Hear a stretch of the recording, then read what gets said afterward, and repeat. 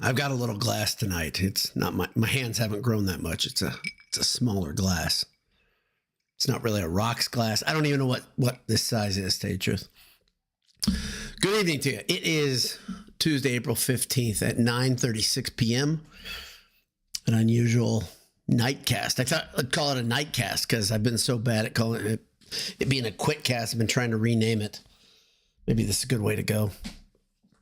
But then daycast doesn't have any catchiness at all, but we'll figure it out. I just, calling it a quick cast and it being an hour long is just not acceptable. And somebody's got to put their foot down.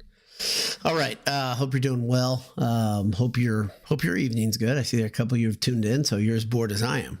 You know why? Because we're getting to the doldrums of sports. If we're going to be real honest, we're there. We're almost there. I've been talking about the doldrums of sports for a long time.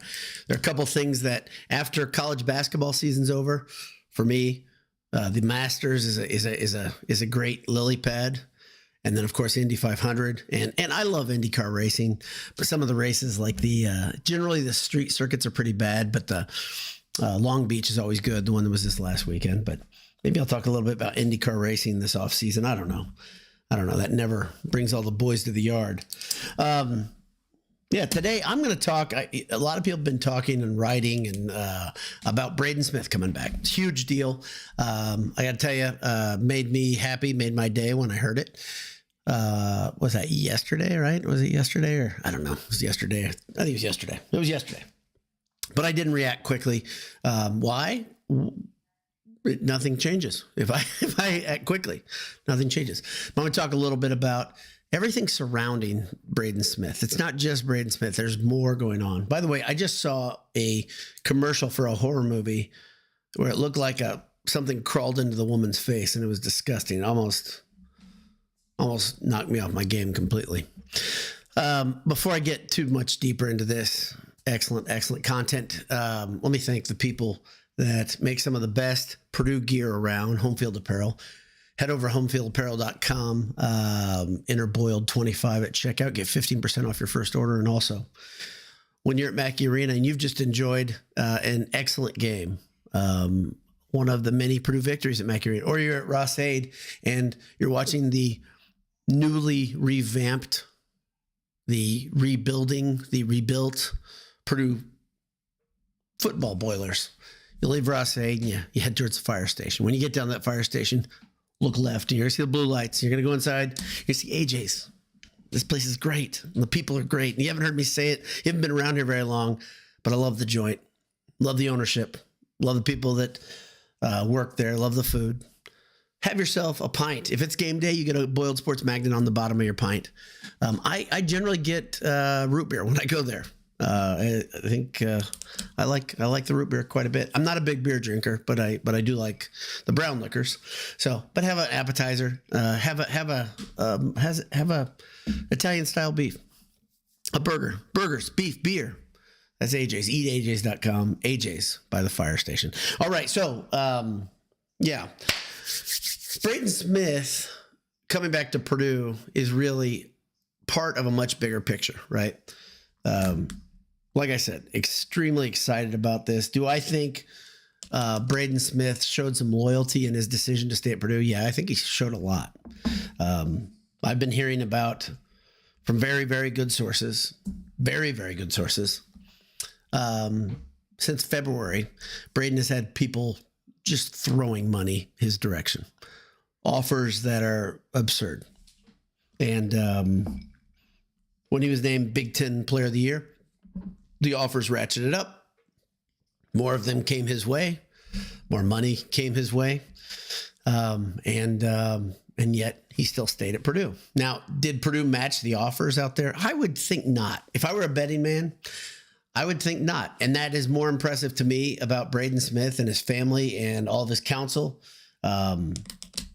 his agent, everybody involved. I don't know who his representative or representation is. I don't know any of that. I really don't want to know whose agent. I don't want to know about that part of the business, but it's in our face all the time. But I think Braden Smith made a very, very loyal decision. TKR seems like he's quietly making the same decision. We have no direct affirmation. There's no release from him. Same with Fletch Lawyer. But that core three, those guys are sticking around Purdue. And while Purdue is paying guys well and doing it the right way, in my opinion, the right way right now in this era, I know there are many Purdue fans that are a bit naive in this and they think Purdue doesn't pay and this has been a smack in the face, but the rules allow it. And the way Matt Painter has chosen to use the NIL is this, he wants to build a core and he wants to reward the guys who are in that core according to what they've done. So if you've done a lot for the program, number one, you've got an important role. You've grown up in the program. He uses NIL heavily that way. He doesn't use it heavily in recruiting, but he uses it heavily that way. He wants guys to get on campus that want to be Purdue guys. And then when they get there, they get paid pretty damn well. I'm positive. I'd like to figure this out, but it would take me, I'm pretty sure. It would take me, I would guess 20 years to make what Braden Smith will make this year. I'm guessing. My math could be a little foggy, a little shaky. Math isn't foggy. But regardless, he's making a lot of money, but I think he turned down even more. That's my, if I were going to make a guess. You know what though? Here's the thing, and I keep saying this, in this era, one of the dumb things about this era, and this isn't the Purdue players, is we don't know anything. There's no transparency anywhere. Purdue or anyplace else. Purdue doesn't owe us that because there's no rule that says they have to do it, but there really needs to be structure that shows what a player's worth is within a market and open up some of the dark spaces in college football and basketball. I think it'd be nothing but positive for the game. People always talk about, they make comparisons.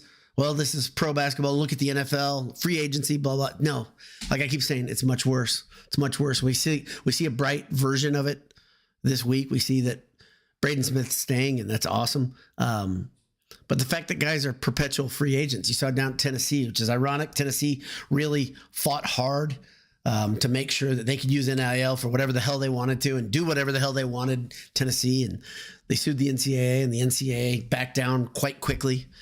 And quickly, the NIL and the portal has bitten Tennessee, but they made a brave decision too. Hats off to Tennessee. Hats off to Coach Heupel and whoever else down there who said, yeah, we're not playing this game right now. We're not gonna go into holdouts during spring ball. So good for them. But let's get back to Purdue here. Okay, so my big overarching theme here is it doesn't matter what Purdue's doing in the athletic department, whether it's a coaching move, an NIL signing, something there, a player being acquired in the portal, like Oscar Clough, right, and others, perhaps. Doesn't matter what they're doing. The moves aren't always perfect. I'm not going to say that. Mike Bobinski's decision, Coach Painter's decisions, they're not always perfect. They don't always get everything they want. I think if Painter and everybody's being really honest, I think they probably thought they'd lose a couple guys that were near the rotation. And I think they probably did not want to lose both Colvin and Heidi, for instance. So not everything goes perfectly. But the moves that happen in the athletic department are generally quiet. They're measured. There's a focus, and it's not public information. You don't know about it until they want you to know about it. And some people get really annoyed by that. And at times, I think it gets annoying. Jeff Brom was really good at playing within Mike Bobinski's framework. He wanted that. Mike Bobinski tells his coaches the way he wants the athletic department to look on the outside. And he's had a bunch of guys who are absolutely complicit in this vision. Matt Painter's a guy who does not like to do things in public. He does not like to create drama. He's not a dramatic guy. And so some of the things that have become so prevalent in college sports that are just accepted as just the way things are today, Purdue doesn't do them that way. They try to keep them very quiet. I don't know how you motivate that many links or rungs of the ladder to do exactly as the athletic department wants you to do it, but they've done a pretty good job. And it could be that they're hiring people that are, like-minded, people that respect the way the things are going to go. Or it could be that maybe Bobinski says, if you don't play by these rules, there's going to be an internal, there's going to be some sort of discipline. I don't know the answer to that, but whatever it is, Bobinski's athletic department, since he was hired, has been very good at keeping things internal as long as they could. Example, right? Oscar Clough, you knew he was on campus visiting, and we really didn't know much about Oscar Clough until he had signed.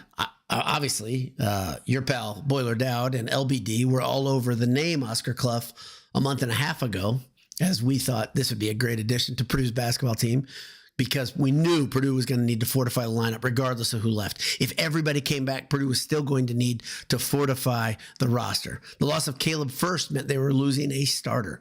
And they were already tough in the middle. They needed, when I say tough, I mean tough situation.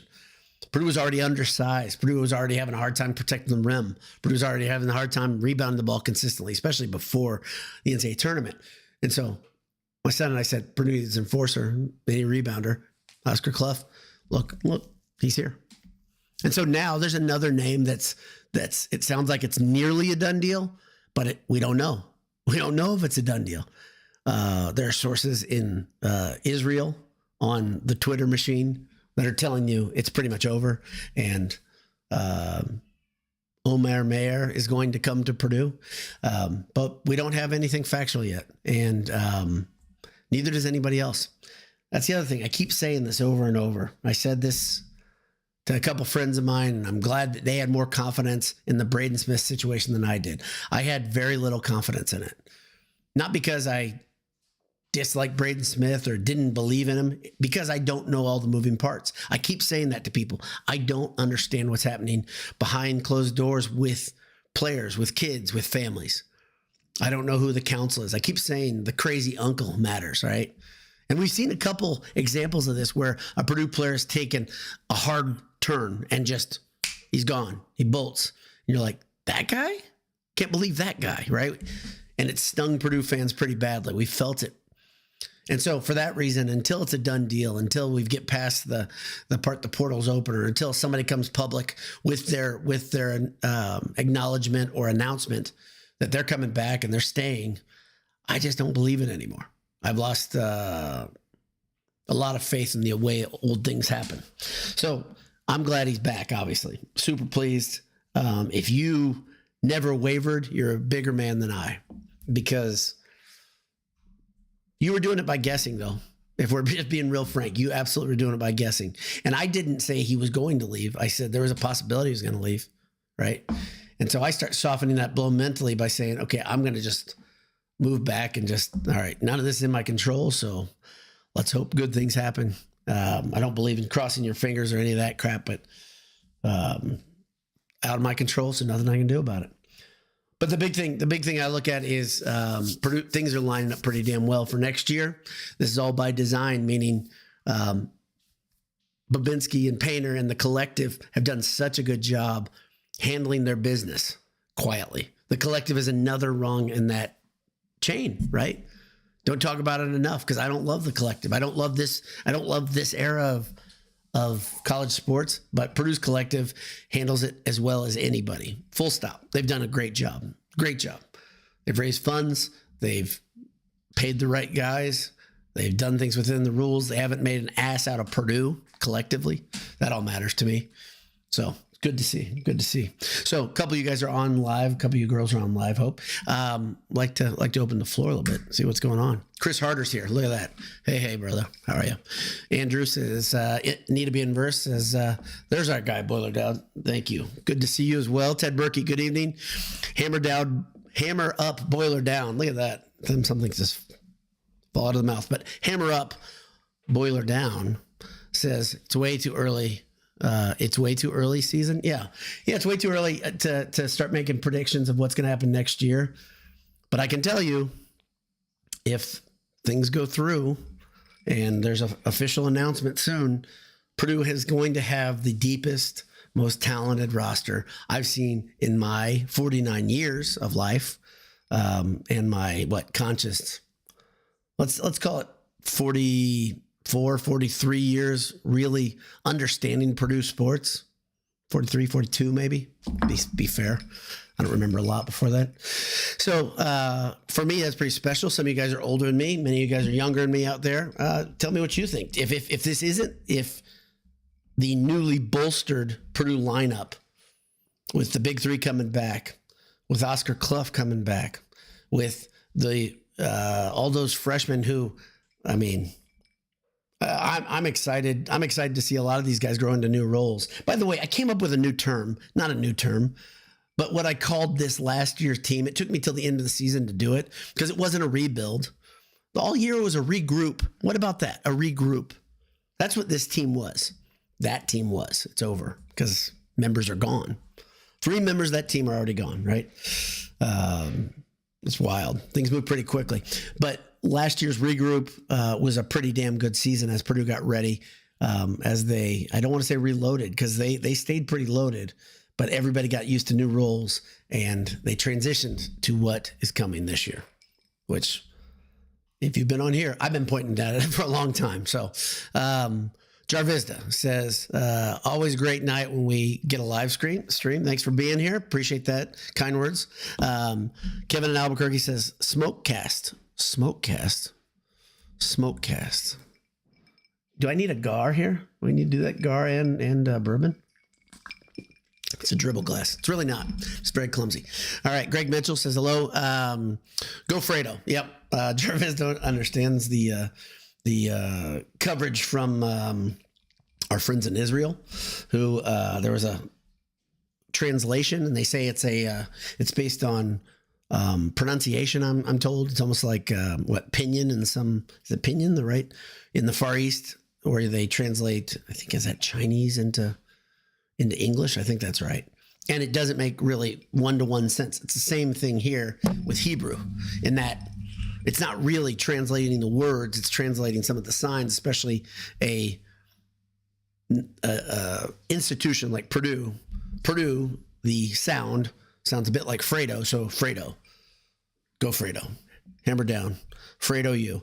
Who's Johnny Boiler Up? Ted Berkey says, you could talk about the football roster. It could always change and never end. Yeah. I'm gonna address football too here after the portal moves are made. There's gonna be some big moves here tomorrow. I think there'll be a lot of guys that enter the portal again. Already there's been 5 or 6. I don't even understand. I thought the portal officially opened tomorrow, and yet Purdue players have already entered the portal. The imaginary portal, I guess. Portal doesn't matter, by the way. You can just transfer. Let's see. Boy, this is going too fast now. All right. Who's Johnny says, I'm ready for the season now. Yeah, ready for basketball. Let's enjoy football first. Why don't we? Let's enjoy football. Let's just take it all in for what it is. Enjoy the time you got, and even enjoy the doldrums for what they are. Chance to take a deep breath. For me, fall is pretty hectic. A lot going on. I love it. I love that I'm gone to Purdue, 6, 7 Saturdays. It's awesome. But also, it's a time where, for me, I don't get much done around the house either. So take it for what it's worth. What I'm saying is get off your ass and go do those house projects now. All right, just go do them. Stop putting it off. It's time, and you know what I'm talking about. You know who I'm talking to too. Moose Johnny says Braden is setting records. Yep, Hurley's assist record is within reach. There's a lot of things within reach. The thing that I continue to say that this is the greatest Purdue point guard ever in Purdue basketball. It's just every game, every minute he plays is just sugar on top, or cherry on top of the sundae, whatever you want to say. And if you're an older person, tell me why I'm wrong. Why he isn't the greatest point guard ever. I want to hear perspective from older people because you remember more than I do. But I go and I look at stats, and there's just nobody close. There's nobody close. But I'm sure maybe there's a year of somebody playing point who was really special in the right time. Maybe that 1980 year. Maybe that was that was one incredible year, one incredible season of point guard play. I don't know. Joe Bear Carroll did a lot of work in that year. So anyway, Chris Harder says Angels envy Rye. That's probably what you're having. I'm not having that tonight. Mine is Ezra something.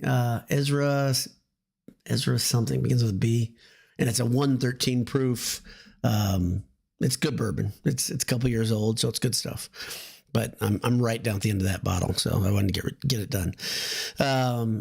Nolan Hosteller says, "Hey Dowd, got a buddy turning 30. I know nothing about bourbon, but planning on getting him a bottle, $70 to $80 budget. Likes weeded bourbons. Any recommendations? Well, $70, $80, you got a lot of room in there. Trying to think. What I would do, number one, I think I'd try to make sure, look at the age, right? Try to get something a little bit older. I don't think you're going to be able to get something really old, but get a, 5-7 year, and then go a little higher proof. If he's just, let's see. So you don't know, you know nothing about bourbon, but he knows bourbon. Get something higher proof. Get something that's bumped up, over in the low teens, maybe 110 to 112, 113, something like that. And that's at least 5-7 years old, at least, just starting. Maybe get something finished in a nice cask. I like that stuff. I'm big about that, but I like ryes with a little bit higher proof finished in a cask. That's my thing. Rye isn't for everybody though, especially if your buddy likes weeded. Stay away from rye because it's going to be too spicy. So, but I can't think of anything specific. I'm one of these guys. Every time I go to the store, I look at the store. If I go to what's the place over there in Carmel? Can't remember it right now. You guys can tell me the name. But if I go there and I talk to the salesman, okay, hey, here's what I'm looking for. Can you tell me? I always kind of gravitate something that I haven't had. And my cabinet right now is filled with a bunch of different various stuff. So I don't really buy return bottles very often. I'm just constantly trying something new. So Eagle Rare though, if you're going to say, if you can get Eagle Rare, if you can get Blanton's, I think those are easy answers, but Eagle Rare especially.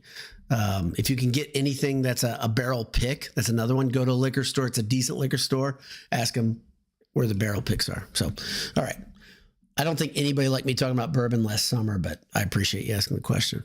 I'm not watching Edie right now, and I think he is on here. I'm not watching Edie. I'm watching another game. I don't know if I've got. Yeah, I'm watching something else. So I'm watching the Magic and the Hawks. So yeah. Is Edie on? Oh, that's better. Thank you. It's starting soon. It's not on yet, I don't think. So you tricked me. So yeah, so there you go. It's coming on in a second. Thanks for the reminder. Let me go down here. Matt Keller says, Braden knows that he can win a natty next year and he will play most nights 35 to 40 minutes again. But he definitely got paid. Yeah. Let's not pretend like there wasn't money exchange. Cause this is all by the book. But it's naive to think. And there are many older Purdue fans who just think that Purdue's above this fray. Just make no mistake. And I know, just understand this is all legal. It's all good.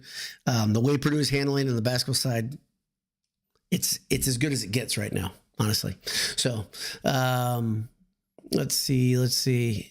Oh, we got this thing gets juddery on me. Who's Johnny says, I'm hoping we get an athletic wing to replace Colvin or Heidi. Yeah, I think what they're going to get, Trey Young just got canned, didn't he? He just got thrown out. All right. Yeah, I think they're going to get a guy that's willing to take less minutes from a smaller conference to take that role, because the minutes that are promised are going to be pretty small. So, especially if they do get Mayer. Let's see. Who's Johnny continues says, would Omer Mayer start? If so, whose spot does he take? I'm not going to talk about that. And I'll tell you why I'm not going to talk about that. I think we're going to hear about this competition that happens. But, Purdue could go with a different look. Wagner. Just saw Wagner. Still a goober. I don't know which Wagner that was, but absolute clown. Clown at Michigan, clown still. Yeah, I don't know. I would think Clough is starting, definitely, but I wouldn't move on from CJ Cox starting. In fact, it might be a pretty nice, piece of firepower to have Harris. Mercy. You think I'm not going to talk too much about it. We can dig deep, but having Harris and Mayer coming off the bench right away, you've got dudes who are going to be looking for their shot, and Purdue's going to need to score off the bench, right? So Yeah, I don't know if you move on from CJ Cox as a starter for a lot of reasons. I just don't know if you do that. So, yeah, I know that was vague. That was awful. Let's see. Ted Berkey says, Matt Keller says, no, I'm going to go back. Greg Mitchell. Here we go. According to my kids, so this is expertise, like you referenced there. Oscar Mayer would definitely start, and then we'd have to work. You did say Oscar Mayer, by the way. Have to work about Cox and Harris leaving. Worry, I think, but the typo. Worry about Cox and Harris leaving. Hate the transfer atmosphere. We are way out in front of ourselves, and I don't think. And I don't know your kids, but I don't think Oscar Mayer will be starting. I'm positive about that. Oscar Mayer, the sausage king of children's plates everywhere, will not be starting. Let's go down a little bit. Greg Mitchell says Meyer could seamlessly take over for Smith moving forward. Yeah, I've thought about that one. If you watch his highlights, he does a lot of things like Smith, like in a good way. Really, really crafty game. Really good about passing to people when they may not be expecting it, meaning he has got eyes on everything. If somebody gets past their defender, he zips it to them. I don't know if it's a lot to say somebody's as gifted as a passer as Smith. So it's a lot to say somebody's even close to that, but similar style of play. I'll say that when he's playing the point. He's a combo guard though. He'll do both. He'll play the 1 and the 2. So that's good. And he's bigger than Smith. He's 6'3", I think. But from the waist down, he is built differently than Smith, though. Smith is kind of a rail from the waist down. Meyer is man, he doesn't skip leg day. He's a big dude. I don't know if that shows much in his weight, meaning he weighs a whole bunch more than Smith, but he is a couple inches taller too, though. So Nolan Hosteller says, keep forgetting we have Jacobson.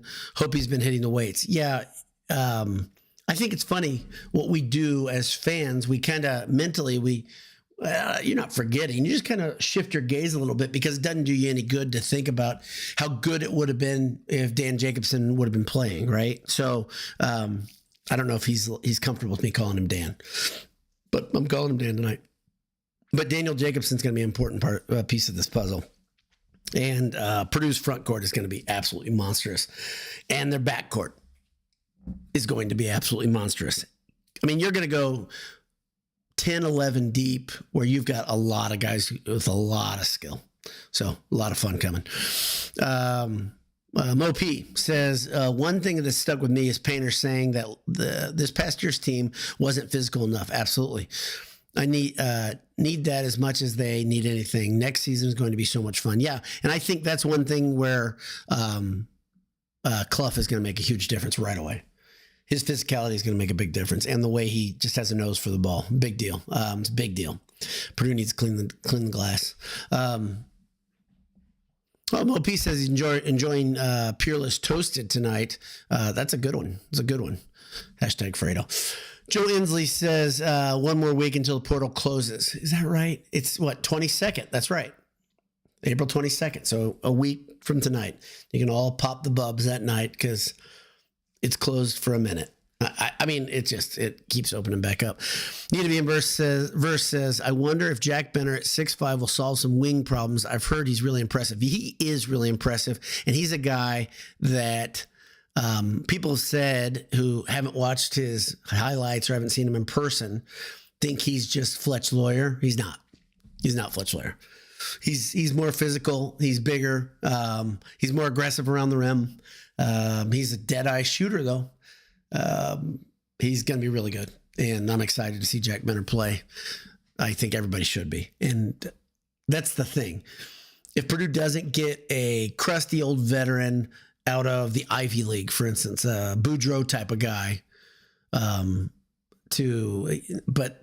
more athletic, but a Boudreaux type of guy that can play that wing, a guy that's really been around the block, who's here to win games, which I could see that happening. But if they don't, there's good hands all around. I don't think there's much reason to worry. But this mayor thing could be awesome. So let's hope they get that nailed down.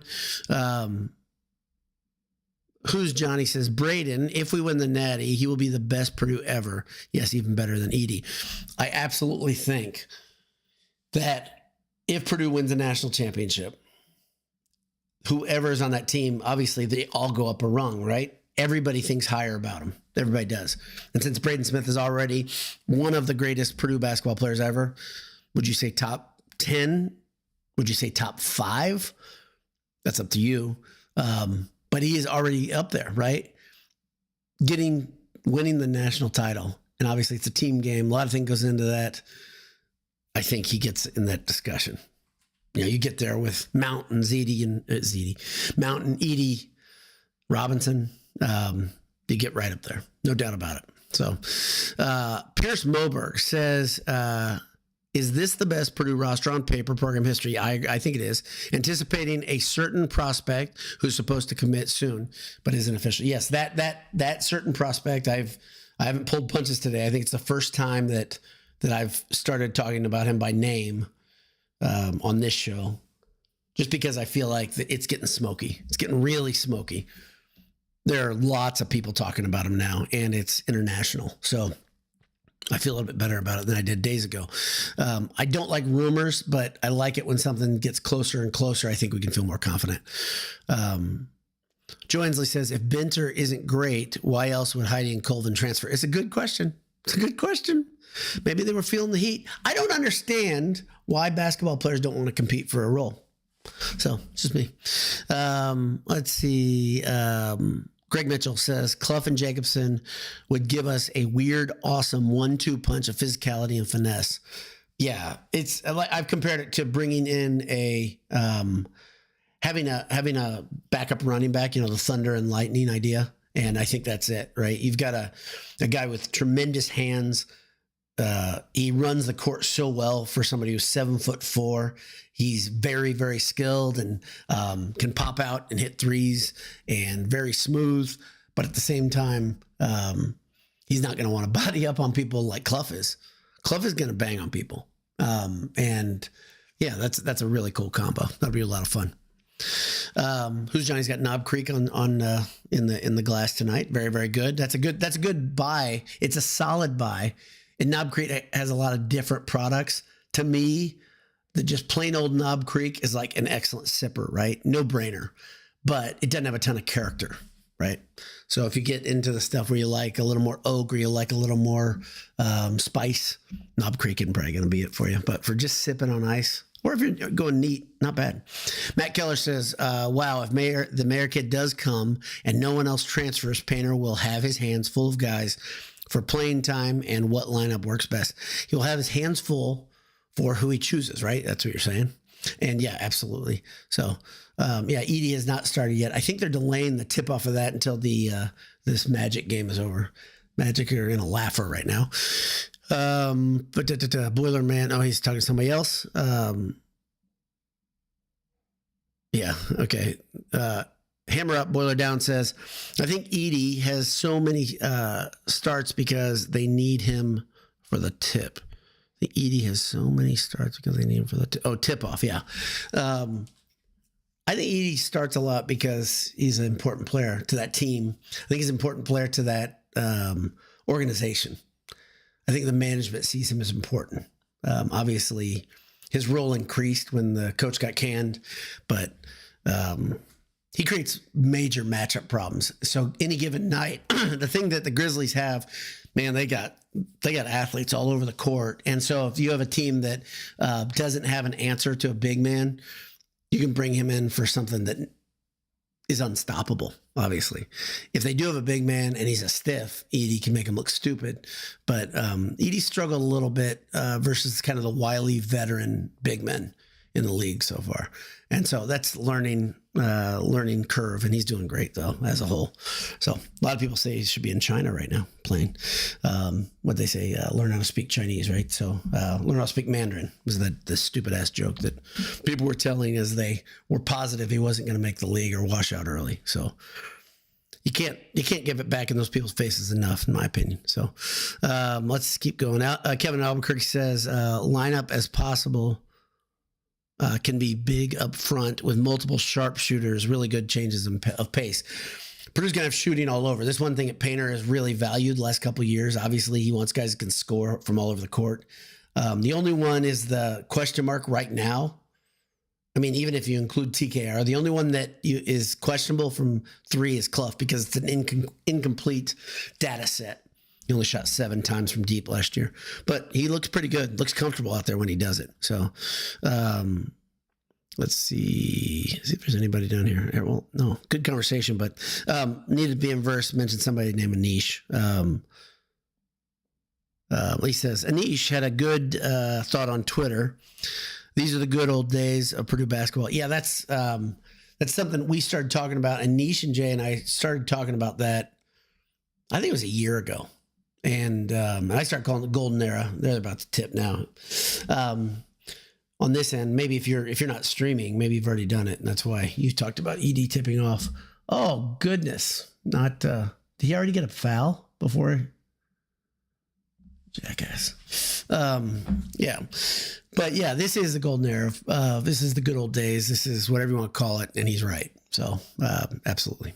So that's about it. I think it's a good nightcast, good chance to wind down, and it's closer to a quick cast than a lot of my other quick casts have been. So I won't retitle it, but thanks everybody for being live. Good conversation. Great talking to everybody. Let's see.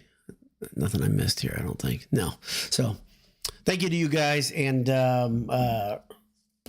keep the faith. Keep the faith. I mean, there's so much good stuff happening. It's kind of like I said the other night, our perspective should rest in the good stuff, and let's try to keep it there, regardless if it's basketball or things that are a lot more important. So God bless you. Hammer down. Talk to you soon. We'll see you.